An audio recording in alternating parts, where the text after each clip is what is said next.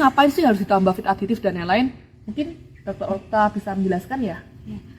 Untuk fit aditif sendiri itu kan zat-zat tambahan yang ada di pakan kecuali bahan baku ya, seperti contohnya ada vitamin, mineral, asam amino atau obat kalau ada, untuk memaksimalkan ini loh, si komponen pakan itu sendiri ya.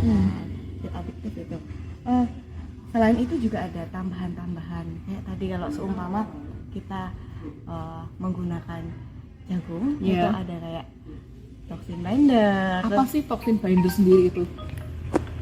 Untuk toxin binder sendiri, dia adalah prinsipnya gini, dari jagung sendiri, dari proses kita nanam sampai nanti panen, sampai dikeringkan dan sampai digunakan, itu pasti ada jamur yang tumbuh di sana. Nah, si jamur itu pasti memproduksi toksin.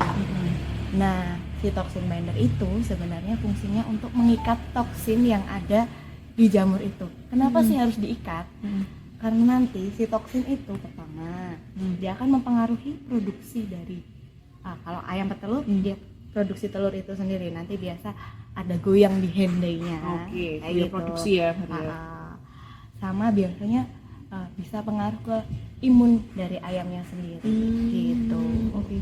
Berarti kalau misalkan bikin formula tapi nggak ada itunya ya percuma ya. Ya. Gitu. Nanti biasanya lebih gampang goyang kalau orangnya bilang gitu.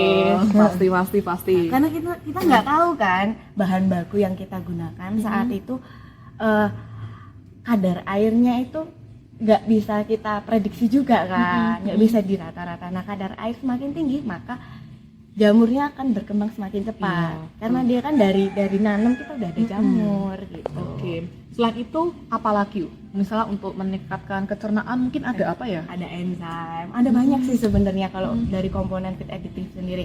Biasanya kan masuk di formulasi ya, langsung ke formulasi itu.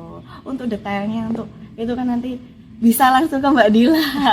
Ya nanti mungkin bisa konsultasi lah ya. Kayak gitu.